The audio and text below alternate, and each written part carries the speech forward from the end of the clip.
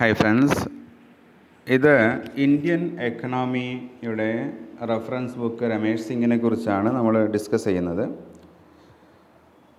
Indian economy UPSC അല്ലെങ്കിൽ KS പോലത്തെ പരീക്ഷകൾക്ക് തയ്യാറെടുക്കുന്നവർക്ക് വളരെ ഇമ്പോർട്ടൻ്റ് ആയിട്ടുള്ള ഒരു സബ്ജക്റ്റാണ്.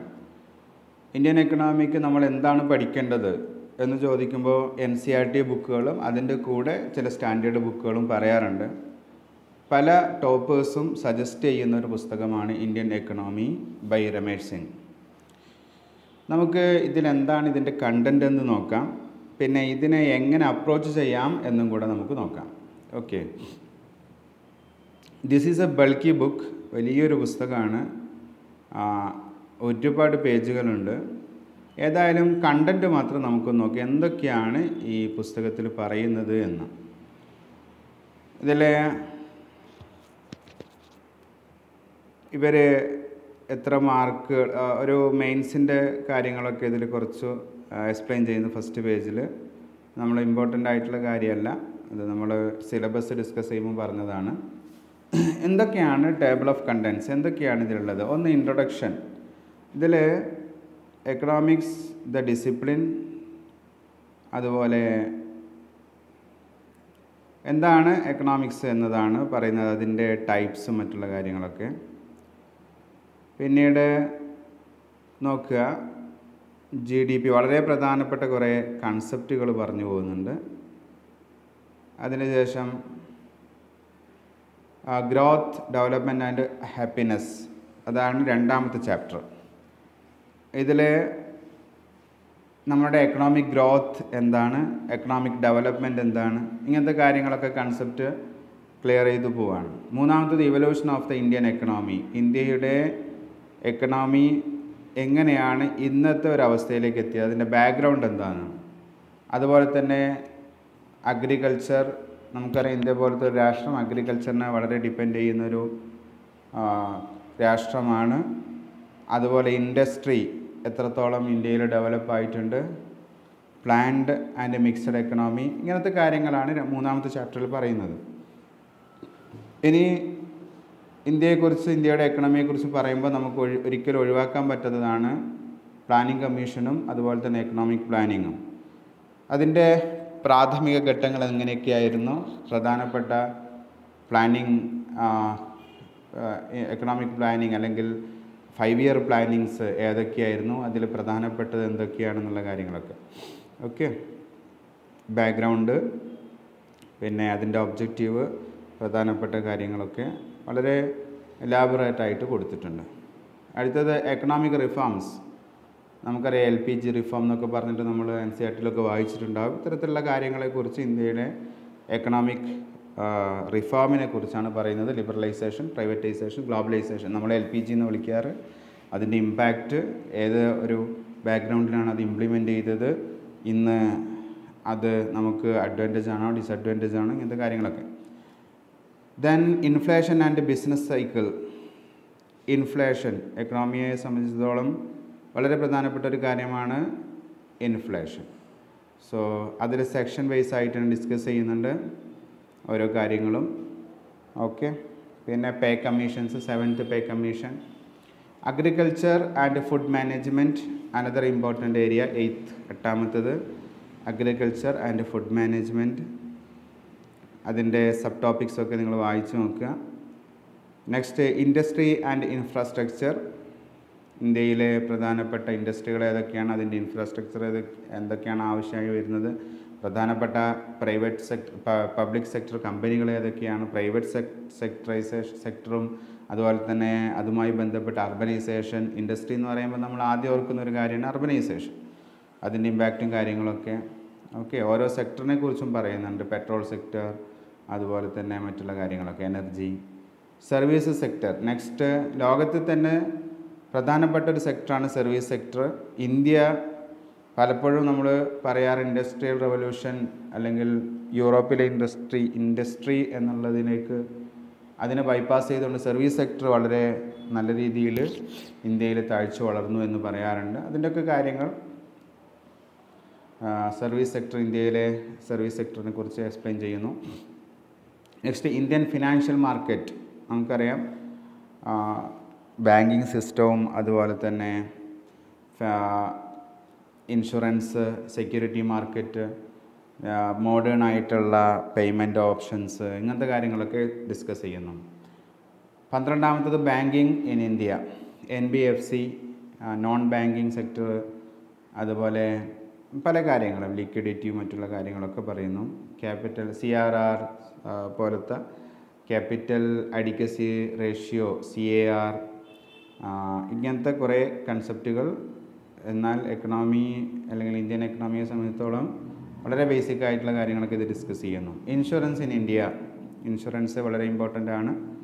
Security market in India, trade അല്ലെങ്കിൽ സെക്യൂരിറ്റി മാർക്കറ്റ് ആയി ബന്ധപ്പെട്ട കാര്യങ്ങൾ. Next external sector in India, ഇന്ത്യയിൽ external sectors, forex reserves, foreign exchange, external ഡെപ്റ്റ്, ഇങ്ങനത്തെ കാര്യങ്ങളൊക്കെ ഇതിൽ പറയുന്നു. കുറേ നിയമങ്ങൾ കൊണ്ടുവന്നിട്ടുണ്ട് പാർലമെൻറ്റ്. പുറത്തുനിന്ന് ആർക്ക് ഇൻവെസ്റ്റ് ചെയ്യാം, പുറത്തേക്ക് ആർക്ക് ഇൻവെസ്റ്റ് ചെയ്യാം, അതിൻ്റെ നിയമങ്ങളും കാര്യങ്ങളൊക്കെ GAAR പോലത്തെ കുറേ നിയമങ്ങൾ കൊണ്ടുവന്നിട്ടുണ്ട്. അതൊക്കെ വായിച്ചു നോക്കുക. International economic organisation and in India, നമുക്കറിയാം IMF, അതുപോലെ തന്നെ പല IBRD, വേൾഡ് ബാങ്ക് തുടങ്ങിയ പ്രധാനപ്പെട്ട ബ്രിക്സ് ബാങ്ക്, അതുപോലെ തന്നെ WTO, ഓക്കെ, ഇതിനെക്കുറിച്ചൊക്കെ. ഇന്ത്യയിലെ ടാക്സ് സ്ട്രക്ചറിനെ കുറിച്ചാണ് നെക്സ്റ്റ്. ടാക്സ്, GST ഒക്കെ വന്ന സ്ഥിതിക്ക് ഇതൊക്കെ വളരെ ഇമ്പോർട്ടൻ്റ് ആയിട്ടുള്ള ഏരിയയാണ്. GSTയും അതുപോലെ തന്നെ സർവീസ് ടാക്സ്, മറ്റുള്ള കാര്യങ്ങൾ. ഒരുപാട് ചെറിയ ചെറിയ ടാക്സുകളെ പരിചയപ്പെടുത്തുന്ന terms: capital gains tax, securities transaction tax, communities transaction tax എന്നിങ്ങനെയൊക്കെ പറഞ്ഞുകൊണ്ട് ഇതൊക്കെ ഇമ്പോർട്ടൻ്റ് ആണ്. പബ്ലിക് ഫിനാൻസ് ഇൻ ഇന്ത്യ, ഇന്ത്യയിലെ പബ്ലിക് ഫിനാൻസ്, ബജറ്റ് സിസ്റ്റം എങ്ങനെയാണ് ഇന്ത്യയിലേത്, ഒരുപാട് ബജറ്റുമായിട്ട് ബന്ധപ്പെട്ട കുറേ ടേംസ്, റവന്യൂ, അതുപോലെ തന്നെ ഡെഫിസിറ്റുകൾ, ഇങ്ങനത്തെ കാര്യങ്ങളൊക്കെ പ്രധാനപ്പെട്ട. Capital budget, capital receipt, capital expenditure മുഴുവനായിട്ട് വായിക്കുന്നില്ല, നിങ്ങൾ പോസ് ചെയ്ത് വായിച്ച് നോക്കുക. ഫിസ്ക്കൽ പോളിസി, ഇന്ത്യയുടെ ഫിസ്ക്കൽ പോളിസി എങ്ങനെ, ഡെഫിസിറ്റ് ഫിനാൻസിങ്, ഇതൊക്കെ നമ്മൾ കറണ്ട് അഫെയർസിൽ. എക്കണോമിയുടെ പ്രത്യേകത ബേസിക് നമ്മൾ ക്ലിയർ ആക്കി കഴിഞ്ഞാൽ കറണ്ട് അഫെയർസിൽ നമ്മളത് ക്ലിയർ ചെയ്യും. അങ്ങനെയാണ്. അപ്പോൾ ബേസിക് ക്ലിയർ ആവണം, ബേസിക് കൺസെപ്റ്റൊക്കെ ക്ലിയർ ആവണം. അതിന് NCERT വായിക്കുന്നതിൻ്റെ കൂടെ ഇതേപോലത്തെ സ്റ്റാൻഡേർഡ് ബുക്കുകൾ നമ്മൾ വായിക്കേണ്ടതുണ്ട്. Okay, next sustainability and climate change, India and the world. Human development in India, നമ്മുടെ ഇന്ത്യയെക്കുറിച്ച് പറയുകയാണെങ്കിൽ പവേർട്ടി, നമ്മൾ മൈഗ്രൻ്റ് ലേബേഴ്സിൻ്റെ ഒക്കെ കാര്യങ്ങൾ ഇപ്പം നമ്മുടെ മീഡിയസിലൊക്കെ കണ്ടതാണ്. ഇന്ത്യയിലെ പവേർട്ടിയുടെ ഡെപ്ത്ത് നമുക്ക് മനസ്സിലാവുന്നതേ ഉള്ളൂ. ഇപ്പോഴും ഇന്ത്യയിൽ സ്റ്റാർവിങ് ഡെത്ത്, പവേർട്ടി കൊണ്ട് മരിച്ചു വീഴുന്നു ആളുകൾ എന്നതാണ് സത്യം. ബേണിംഗ് സോഷ്യോ എക്കണോമിക് ഇഷ്യൂസ്, പ്രധാനപ്പെട്ട ഇഷ്യൂസ് എന്തൊക്കെയാണ്? ഈ അടുത്ത് നമുക്കറിയാം പല ബാഡ് ലോൺസ്, പല ആളുകളും ബാങ്കിൽ നിന്ന് കോടികൾ, ലക്ഷം കോടികൾ എന്ന് പറയുന്നത് പോലെ അത്രയും വലിയ എമൗണ്ടൊക്കെ ലോൺ എടുത്തിട്ട് ഇന്ത്യയിൽ നിന്നും മുങ്ങി മറ്റുള്ള രാഷ്ട്രങ്ങളിലേക്ക് കുടിയേറിയതൊക്കെ നമ്മൾ വായിച്ചിട്ടുണ്ട്. അതൊക്കെ ആയിട്ട് ബന്ധപ്പെട്ട് ഒരുപാട് കാര്യങ്ങൾ, കറണ്ട് അഫെയർസായിട്ട് ബന്ധപ്പെട്ട, എക്കണോമിക് കറണ്ട് അഫെയർസായിട്ട് ബന്ധപ്പെട്ട കാര്യങ്ങൾ, ഡിമോണിറ്റൈസേഷൻ, അതുപോലെ മറ്റുള്ള പുതിയ പുതിയ ഇന്ത്യയിലെ എക്കണോമിക് റിഫോംസ് ഒക്കെ. Some economic concept and terminologies. Okay, ADRs എന്ന് പറഞ്ഞാൽ എന്താ, അതുപോലെ തന്നെ അസറ്റ് എന്ന് പറഞ്ഞാൽ എന്താ, അസറ്റ് റവന്യൂ, ഒരുപാട് കാര്യങ്ങൾ. ഓക്കെ, ഓരോ ടേംസ്, പല ടേംസും നമുക്ക് ഈ അറിയാത്തത് ഡിക്ഷണറി പോലെ നോക്കിയിട്ട് നമുക്ക് മനസ്സിലാക്കാൻ പറ്റുന്നതാണ് ഈ ഒരു ചാപ്റ്ററിൽ നിന്ന്. Okay, then some MCQ questions are given. പിന്നെ മോഡൽ ആൻസേഴ്സ്, കുറച്ച് ക്വസ്റ്റ്യൻസിൻ്റെ എക്കണോമിക് സർവേ ആയിട്ട് ബന്ധപ്പെട്ട് 2016-17 ഇത് കാണിക്കുന്നത്. ഇതെല്ലാം നമുക്ക് വേണ്ടത് ന്യൂ ആയിട്ടുള്ള കാര്യങ്ങൾ, അത് നമുക്ക് വേണമെങ്കിൽ സ്കിപ്പ് ചെയ്യാം. എക്കണോമിക് സർവേൻ്റെ കാര്യം നമുക്ക് അതാത് വർഷങ്ങളിൽ പല ഇൻസ്റ്റിറ്റ്യൂട്ടുകളും ഇറക്കുന്ന മെറ്റീരിയൽസ് ഒന്ന് പഠിക്കാവുന്നതാണ്. വളരെ ഷോർട്ടായിട്ട് അവർ ഇറക്കാറുണ്ട്. ദെൻ ബജറ്റും ഇതുപോലെ തന്നെ ഈ ടെക്സ്റ്റ് ബുക്കിൽ നിന്ന് വായിക്കണമെന്നില്ല, കറണ്ട് അഫെയർസായിട്ട് ബന്ധപ്പെട്ട കുറേ മെറ്റീരിയൽസ് നമുക്ക് കിട്ടും. ഞാൻ പറഞ്ഞു എങ്ങനെയാണ് ഈ രമേഷ് സിംഗിനെ നമ്മൾ അപ്രോച്ച് ചെയ്യേണ്ടത്. ഈ കംപ്ലീറ്റ് ബുക്ക് വായിച്ച് അണ്ടർലൈൻ ചെയ്ത് നോട്ട് തയ്യാറാക്കി എക്സാമിന് റീപ്രൊഡ്യൂസ് ചെയ്യാന്നൊക്കെ പറഞ്ഞാൽ പിന്നെ വേറെ പുസ്തകമൊന്നും വായിക്കാൻ സമയം ഉണ്ടാവില്ല. ഓക്കെ, അത്രയും ബൾക്കി ആയിട്ടുള്ളൊരു പുസ്തകമാണിത്. എക്കണോമിക്സ് നമ്മൾ കൺസെപ്റ്റ് ക്ലിയർ ആക്കുകയാണ് വേണ്ടത്.